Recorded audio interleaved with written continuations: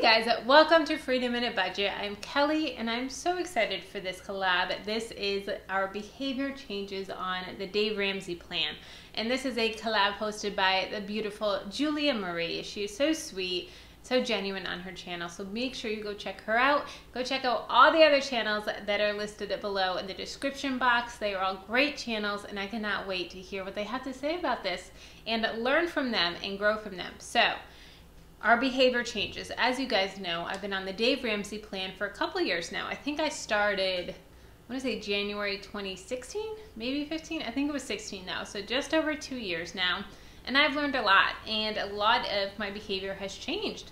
And Dave often talks about that it's not our knowledge of money or knowledge of different things, it's our behavior. That it's 80% behavior, 20% head knowledge, which is crazy. A lot of people think that, you know, the more books they read and this and that and podcasts and people they listen to, the more you're going to have that knowledge to get out of debt. Yeah, knowledge to pay off your loans and everything. Yes, those are all helpful. Yes, those will keep you motivated, but it's our behavior. We have to learn how to control our behavior, whether that's controlling us, whether that's controlling our spouses or controlling our kids. We have to learn how to control that. Control that urge to spend, control that urge to go out and blow all this money or, you know, different things, and just control it and hone it in. So I'm going to give you some tips and tricks and things that I had to change and behavior changes that I made when I was on the Dave Ramsey plan, both paying off my debt and paying for a cash flow wedding. Right now I'm in baby step 3 and cash flowing our sinking fund. So we are building our sinking fund up to $25,000 just to have in case something happens. And that is a 6-month emergency fund. So 6 months, my husband loses his job, I lose my job. We are set. It's okay. We're going to be fine. Okay, so the first one that we had to learn how to control was credit cards. And we got rid of our credit cards. I actually only had one credit card, and I really had to think back to this, my thought process with it. So my credit card was a rewards card, which I thought was great. I was getting all these rewards. But the behavior change that I had to make was when I swiped that card. And so say I had a big purchase, I would justify it by doing some quick math in my head, figuring out how much I was going to get back in rewards. So it was 1.5% cash back. So I figure out, okay, I spent this amount of money, that means I'm going to get $3 back in rewards. Oh, it's a little bit more. Okay, that means $4 in rewards. Are you crazy? All of that extra spending for $1 back in rewards? Come on, guys. But that's what I thought. And I would justify my purchases by the rewards card. And I would justify my purchases by that 25 extra cents I would make, or that $2 extra that I would make, which is crazy. And so many people think that, you know, rewards cards are, you know, the way to go, and this and that and miles and all that stuff. Guys, you are not going to get rich off rewards cards. You're not going to get rich off of miles. Like, that's crazy. No, the amount that you spend to get those rewards, it is so crazy, the mindset. People have done studies on it. This is why I do the cash envelope system, guys. If you haven't seen my videos on cash envelopes, watch them. I pay cash for everything because when you hold that cash, when you give it to that cashier, it holds a lot more weight than, hoo-hoo, I'm getting $3 in rewards. Seriously, guys? No, I want to hold on to my cash. That means that I am making frugal, smart purchases versus just frivolously spending and frivolously swiping that card or inserting that chip.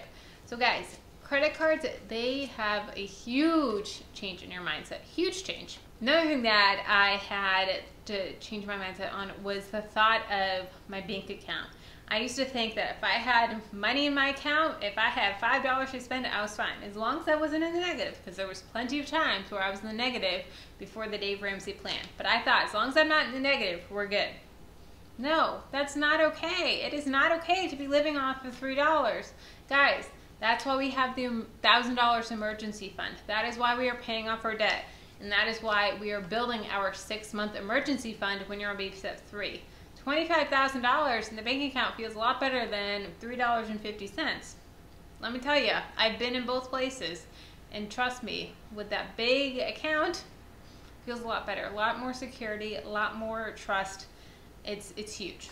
Another thing I changed was meal plans. I used to just go to the grocery store on the way home to work. Sometimes I would go to the grocery store every time I was going to make a meal. So every single day I would go and be like, okay, today I want to have chicken parm. We're going to go to the grocery store. Okay, today I want to have meatball subs. We're going to go to the grocery store.